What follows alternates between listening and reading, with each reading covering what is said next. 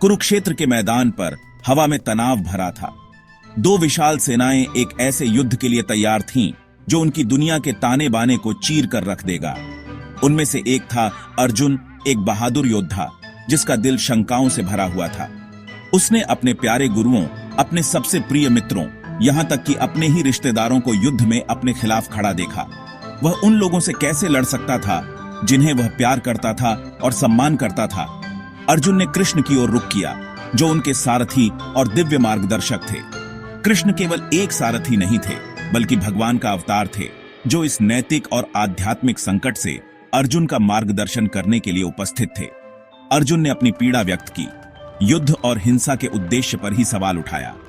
इस प्रकार भगवद गीता का दिव्य प्रवचन शुरू हुआ, जिसमें तीसरा अध्याय कर्म योग का सार अर्जुन को उसकी निराशा से बाहर निकलने का रास्ता प्रदान करता है। कृष्ण ने अपनी असीम बुद्धि से जीवन और कर्म के रहस्यों को उजागर करना शुरू किया। उन्होंने समझाया कि तीसरा अध्याय कर्म योग के सिद्धांत निःस्वार्थ कर्म के मार्ग पर केंद्रित होगा। कृष्ण ने आश्वासन दिया कि यह मार्ग अर्जुन को उसकी निराशा से बाहर निकालकर धर्म के मार्ग पर ले जाएगा। कृष्ण ने स्पष्टता और करुणा के साथ अर्जुन की उथल पुथल को संबोधित किया। उन्होंने समझाया कि कर्म अनिवार्य है, कोई भी कर्म किए बिना नहीं रह सकता। जैसे हवा हमेशा चलती रहेगी, प्रकृति स्वयं कर्म करने के लिए मजबूर करती है। निष्क्रिय रहने की कोशिश करना भी अपने आप में एक कर्म है।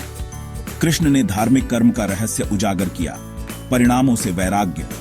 अर्जुन को अपने कर्मों के फल, जीत या हार से नहीं जुड़ना था, बल्कि शांत और स्थिर मन से अपना कर्तव्य निभाना था।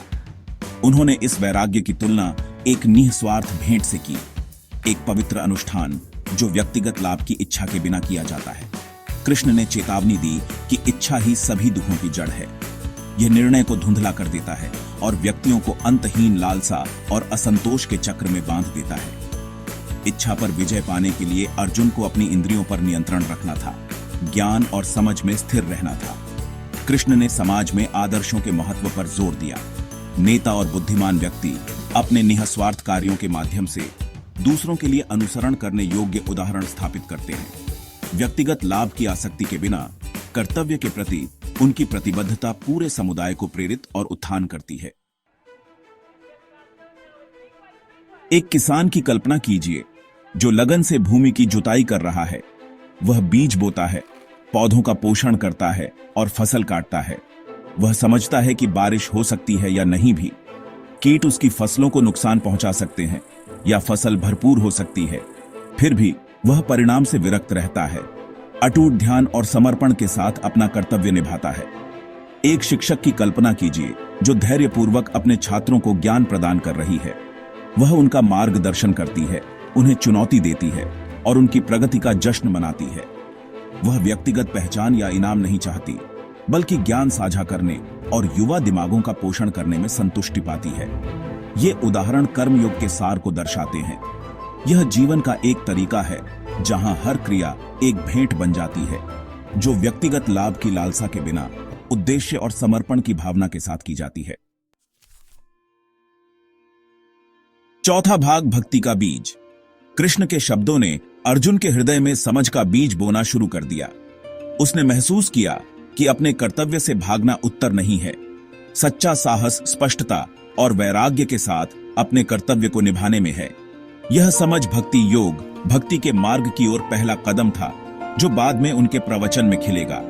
कृष्ण ने समझाया कि भक्ति योग कर्म योग की स्वाभाविक परिणति है।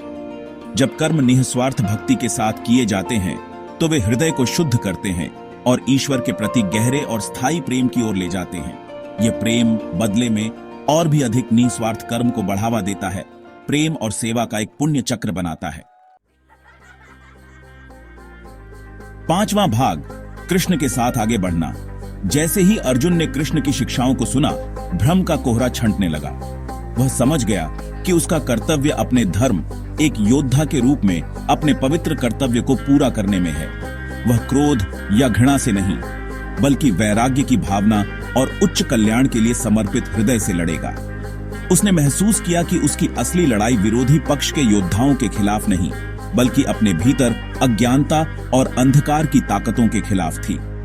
कृष्ण को अपने मार्गदर्शक के रूप में वह कर्म योग के ज्ञान और अपने हृदय में लगाए गए भक्ति के उभरते हुए बीज से लैस होकर आगे की चुनौतियों का सामना करने के लिए तैयार था।